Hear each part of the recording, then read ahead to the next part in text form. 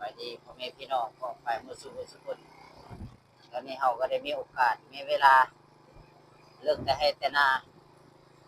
ไปประนามเนาะให้ส่งว่าประนามมันเป็นแบบใดหลายคนก็สิเห็นผู้ใดเคยอยู่จุดนี้มาเนาะเนี่ยนี่เป็นบ้านประนามเมืองมหาไสแขวงขมวนแต่เบิ่ง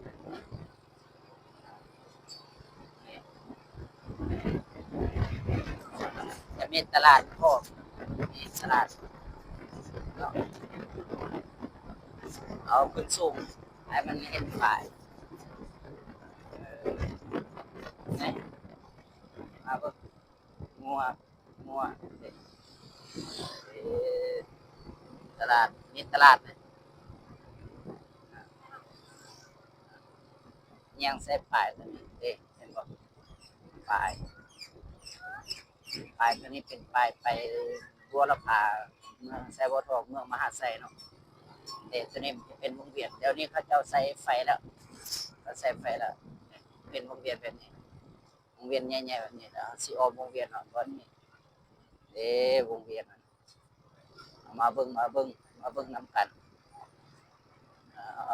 ทางเว้นเพิ่นว่าเด้วงเวียนเป็นแบบนี้แหละพ่อแม่พี่น้องเด้นี่อันนี้ทางไปมหาไสตัวนี้ไปไสบ่ทองนี่เอาสิอ้อมเนี่ยเด้มานี่แหละเนี่ยเขากำลังเฮ็ดทางย่างบ่แม่นกำลังเขาเฮ็ดได้ผลแล้วเนาะอย่างน้อยเขาสิพาเข้าตลาดให้พ่อแม่พี่น้องได้เข้าตลาดเบิ่งว่ามันจะเป็นแบบใดตลาดเนาะเข้ามาตอนแรกมันก็สิมืดเด้เด้ตลาดบ้านเพิ่นโอเคตลาดเบิ่งแม่ค้า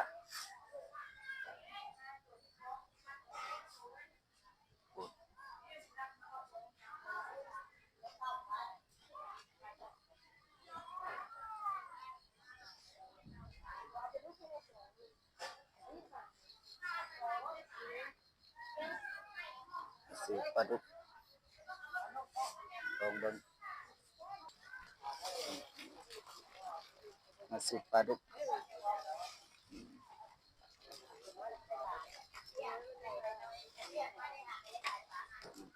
แม่ค้าเพิ่นตัก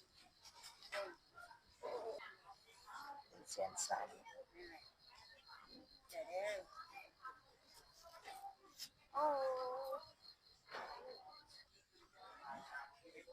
ซื้อหอมบัวมาตำแจ่วนั่นเ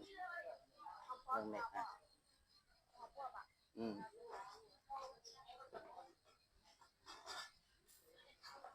ตลาดแรงบ่แม่นตลาดเช้านะเออคน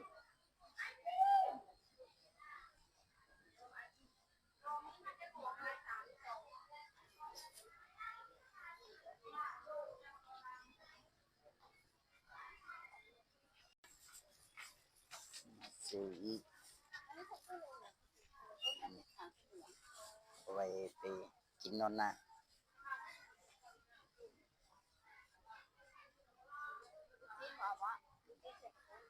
มีหอดแมงมานะผม